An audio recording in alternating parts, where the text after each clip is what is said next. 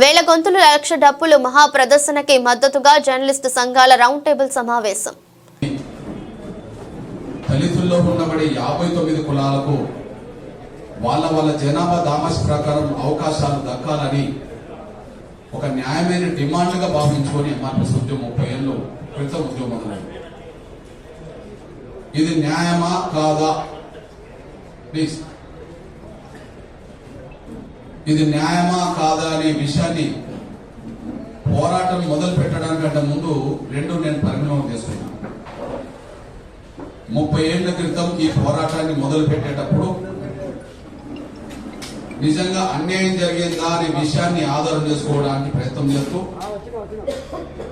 మనం వర్గీకరణ కోరుకుంటే అది న్యాయమని ఎట్లా సమాజాన్ని ఒప్పించాలి అని చెప్పి అనుకున్నాను.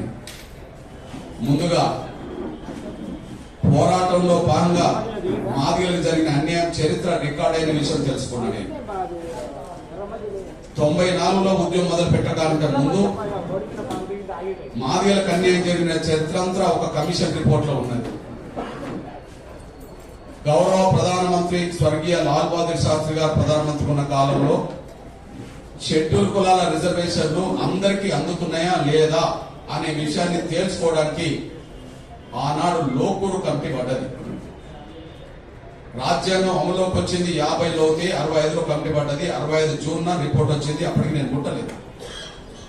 ఈ రిపోర్ట్ లో ఉన్నది ఆంధ్రప్రదేశ్ లో షెడ్యూల్ కులాల్లో రిజర్వేషన్లు 59 కులాలకు అందాల్సి ఉండగా ఒక మాల సామాజిక వర్గం మాత్రమే రిజర్వేషన్ ఫలాలు వాళ్ళ జనాభా కంటే మించి పొంది వాళ్ళ అభివృద్ధిలోకి వచ్చారు అని చెప్పి మిగిలిన దళితుల కులాలకు న్యాయమైన వాట దక్కలేదని చెప్పి నేను పుట్టక ముందు కమిషన్ రిపోర్ట్ ఇచ్చేసింది.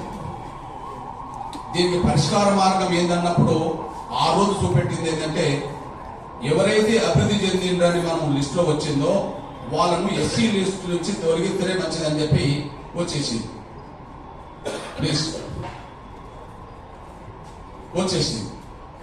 తొలగించలేదు, కనీసం వర్గీకరణ జరగలేదు. మేము తొలగించమని కోరలేము కానీ ఎస్సీ వర్గీకరణ చెప్తే అందరికి ఇప్పటికైనా న్యాయం జరుగుతుంది కదా అనే అభిప్రాయానికి వచ్చేసాం. ఒక దళిత కులాన్ని కమిషన్ చెప్పినట్టుగా ఇప్పుడు అభివృద్ధి చెందినని తొలగించమని డిమాండ్ చేస్తే న్యాయం కాదేమో. కానీ బీసీలో వర్గీకరణ ఉండేటట్టుగానే ఎస్సీ వర్గీకరణ చేస్తే వాళ్ళు ఎస్సీ లిస్ట్ లో ఉంటారు, ఎవరి వాట వాళ్ళు పొందడానికి అవకాశం ఉంటుందని చెప్పి ఒక న్యాయమైన ఆకాంక్షకు అనుగుణంగా ఎంఆర్పీఎస్ ఉద్యమం మొదలుపెట్టారు. ఆ మొదలు పెట్టినప్పుడు 2 సాక్ష్యాలు చూశాను. అవును, ఎస్సీ వర్గీకరణ నిజంగా జరుగుతుందా అని ఆలోచించినప్పుడు ఎస్సీ వర్గీకరణ జరగడానికి బేస్ ఉన్నది అన్నప్పుడు బీసీలో వర్గీకరణ ఉన్నది కదా. ఏబిసిడి బీసీలు కూడా ఒక 100 కులాలు అనుకుంటే 100 కులాలకు సంబంధించింది ఉమ్మడి రిజర్వేషన్ విధానం కంటే వర్గీకరణ ద్వారానే అందరికి మేలు జరుగుతుంది కదా. బీసీలో వర్గీకరణ ఉన్నప్పుడు ఎస్సీ వర్గీకరణ డిమాండ్ చేయడం న్యాయం అవుతుందని చెప్పి నేను భావించుకున్నాను. నాకు అంతకంటే కుదరదు. రెండోది, పోనీ డాక్టర్ బాబాసాహెబ్ అంబేద్కర్ అనే మహానీయుడు రిజర్వేషన్లు సాధించిండు కదా, ఆ సాధించిన మహానీయుడు దృష్టిలో నిజంగా వర్గీకరణ ఎప్పుడైనా ఇది అవసరమని భావించుకుంటాడా, భావించుకున్న సందర్భాలు ఉన్నాయా? ఆ మహానీయుడు ఆనాడు రిజర్వేషన్ కావాలని యుద్ధం చేశాడు. మరి ఆ రిజర్వేషన్ సాధించే ప్రయత్నంలో ఏదైనా ఈ అభిప్రాయం కలిగి ఉన్నాడా లేదా అని కూడా నేను చెక్ చేసుకోవాల్సి వచ్చింది. ఆ చెక్ చేసుకున్నప్పుడు డాక్టర్ బాబాసాహెబ్ అంబేద్కర్ అనే మహనీయుడు ఆయన మొదటి వ్యాల్యూలోనే చెప్పేశాడు. అంబేద్కర్ రచన ప్రసంగాలు అనే గ్రంథం, ఇది నేను పుట్టలేదు కదా ఈ గ్రంథం రాసే నాటికి, ఆయన బతికినప్పుడు, ఆయన చనిపోయినప్పుడు కూడా నేను పుట్టలేదు కదా. అందులో ఒకటి ఉన్నది, దళితుల్లో ఏ కులమైనా రిజర్వేషన్ ఫలాలు తమ జనాభా కంటే మించిపోతుందని ఉన్నది. మీరు చదువుకోవడానికి పేజీ నెంబర్ కూడా చెప్తా, 496, 497.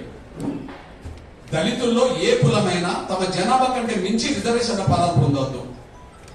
అలా తమ జనాభా కంటే రిజర్వేషన్ ఫలాలు ఎక్కువ పొందితే అదే దళితుల్లో మిగతా కులాలకు అన్యాయం జరిగినట్టు అవుతుంది.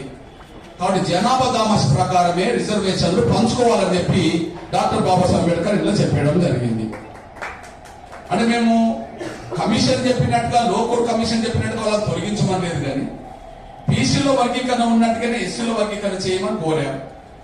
జనాభా కంటే మించి రిజర్వేషన్ ఫలాలు ఎవరు పొందినా తప్పు అవుతుంది, అందరికి మేలు జరగాలంటే వర్గీకరణ జరగాలని చెప్పి అంబేద్కర్ కోరుకున్నాడు. రిజర్వేషన్ సాధించిన అంబేద్కరే వర్గీకరణ కోరుకున్నప్పుడు నేను వర్గీకరణ కోరడం న్యాయం అవుతుంది కదా అని చెప్పి ముందుకు వచ్చేసాను. ఇవి సాక్ష్యాలే కదా నమ్మరు. నేను పుట్టక ముందు కమిషన్ రిపోర్టు అన్యాయం జరిగినమాట వాస్తవమే. మరి ఉద్యమం మొదలు పెట్టిన తర్వాత మరి అన్యాయం జరిగిందా? 94లో ఉద్యమం మొదలు పెడితే చంద్రబాబు నాయుడు గారి కాలంలోనే జస్టిస్ రామచంద్రరాజు కమిషన్ పడ్డది. 96లో రిజర్వేషన్లు వర్గీకరణ జరగాల్సిందే. 65లో రిపోర్ట్లో ఏ అన్యాయం అయితే మార్గలు జరిగిందో ఇప్పటికీ అదే అన్యాయం జరుగుతుందని చెప్పేసింది. వర్గీకరణ జరగాలని చెప్పేసింది. అంటే సజీవంగానే వర్గీకరణ జరగాలని కోరుకున్నారనే విషయం మనం మర్చిపోదు. 65లో అదే కోరుకున్నది అనుకుందాం, 96లో అదే కోరుకున్నది. పోనీ తర్వాత వర్గీకరణ జరిగినాక కొంతమందికి మేలు జరిగినాక కొంత మళ్ళీ వాళ్ళు అడ్డం పడ్డారు. అడ్డం పడ్డ సమయంలో మళ్ళీ కేంద్ర ప్రభుత్వం మరో కమిషన్ వేసింది. ఆ కమిషన్ పేరే మన్మోహన్ సింగ్ గారు వేసిన కమిషన్ పేరే justice Ramachandra Raju commission, justice Usha మేరా కమిషన్. ఉషా మేరా కమిషన్ కూడా చెప్పేసింది ఎస్సీ వర్గీకరణ జరిగితేనే అందరికి మేలు జరుగుతుంది, ఎస్సీ వర్గీకరణ జరగకపోతే కొందరికి మేలు జరుగుతుంది, కాబట్టి ఎస్సీ వర్గీకరణ జరగాల్సిందని చెప్పి ఉషా మేరా కమిషన్ కూడా చెప్పేసింది. అంటే నేను పుట్టక ముందు లోకోట్ కమిటీ చెప్పింది, ఎంఆర్పిఎస్ ఉద్యమం మొదలుపెట్టిన కొత్తలో రామచంద్ర కమిషన్ చెప్పింది, గౌరవ మన్మోహన్ సింగ్ ప్రభుత్వం ఇచ్చిన కమిషన్ కూడా వర్గీకరణ జరగాలని చెప్పేసింది. అంటే ఎంఆర్పిఎస్ పోరాటంలో ధర్మం ఉన్నది అనడానికి సాక్ష్యమే కమిషన్ నివేదిక అనేసి కూడా మీరు తీసుకుంటున్నాం.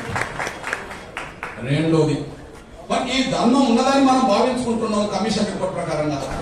రాజకీయ పార్టీలు అభిప్రాయం కలిగి ఉండాలి కదా, రాజకీయ పార్టీల అభిప్రాయం కలిగి ఉండాలి కదా. అంటే తెలుగు నేల మీద ఉన్న అన్ని రాజకీయ పార్టీలు, దేశంలో మెజారిటీ రాజకీయ పార్టీలు ఎస్సీ వర్గీకరణ జరగాలని కోరుకున్నాయి. తెలుగు నేల మీద ఉన్న అన్ని రాజకీయ పార్టీలు. ఇప్పుడు మీ దగ్గర 96లో మొదలుపెట్టిన ఉద్యమం అప్పుడు చంద్రబాబు నాయుడు గారు ముఖ్యమంత్రి. చంద్రబాబు నాయుడు గారు ఎస్సీ వర్గీకరణ చేస్తామని చెప్పి చంద్రబాబు నాయుడు